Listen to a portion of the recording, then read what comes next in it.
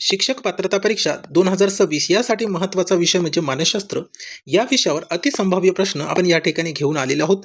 प्रश्न बघा मित्रांनो काय दिले, व्यक्तिमत्व विकासात म्हणजे पर्सनॅलिटी डेव्हलपमेंटमध्ये अनुवांशिकता म्हणजेच हेरिडिटी की पर्यावरण म्हणजे इन्व्हायरमेंट यामध्ये कोणाचा वाटा अधिक असतो असा प्रश्न केलाय. मित्रांनो, व्यक्तिमत्व विकासामध्ये सर्वाधिक वाटा कोणाचा असतो? एक तर अनुवांशिकतेचा असतो की पर्यावरणाचा असतो. तर काय असेल मग आपल्या या प्रश्नाचं उत्तर? तर आपल्या या प्रश्नाचं उत्तर असणार आहे मित्रांनो पर्याय सी मध्ये दिले, दोन्हींचा परस्पर संबंध आणि आंतरक्रिया असते.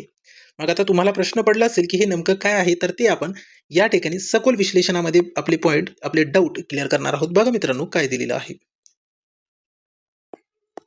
स्पष्टीकरणामध्ये दिले की अनुवांशिकता ही बालकाला मूळ क्षमता म्हणजे रॉ मटेरियल प्रदान करते, तर पर्यावरण, शिक्षण, समाज त्या क्षमतांना योग्य आकार देते.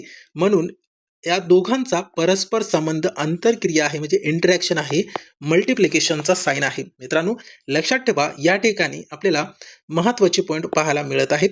त्याच्यानंतर आंतरक्रिया म्हणजे काय, इंटरॅक्शन म्हणजे काय, तर आनुवंशिकता बालकाच्या मर्यादा किंवा क्षमता ठरवते, तर पर्यावरण त्या क्षमता किती प्रमाणात विकसित होतील हे निश्चित करते. उदाहरणावरून समजून घ्या, एखाद्या मुलाकडे गाण्याचे आनुवंशिक कौशल्य असेल तर त्याला योग्य पर्यावरण किंवा प्रशिक्षण मिळाले तर तो उत्तम गायक बनू शकतो. म्हणजे या ठिकाणी व्यक्तिमत्व विकासामध्ये म्हणजे तुम्ही या ठिकाणी डेव्हलपमेंट बरोबर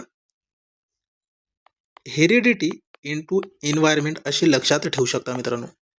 बरोबर आहे, heredity into environment equal to development म्हणजे व्यक्तिमत्व विकास. ठीक आहे मित्रांनो, तुम्हाला जर अशाच पद्धतीने सखोल विश्लेषणासह संपूर्ण व्हिडिओज बघायचे असेल तर आपल्या चॅनलमध्ये व्हिडिओ अवेलेबल आहे किंवा या ठिकाणी तुम्हाला लिंक दिसतोय मित्रांनो, त्यावरती क्लिक करून तुम्ही संपूर्ण व्हिडिओ सखोल विश्लेषणासह या ठिकाणी फास्ट रिव्हिजन करू शकता. व्हिडिओ आवडल्यास व्हिडिओला लाईक करायचा आहे, सोबतच आपल्या चॅनलवरती नवीन असाल तर आपल्या चॅनलला सबस्क्राईब करायचं आहे. धन्यवाद.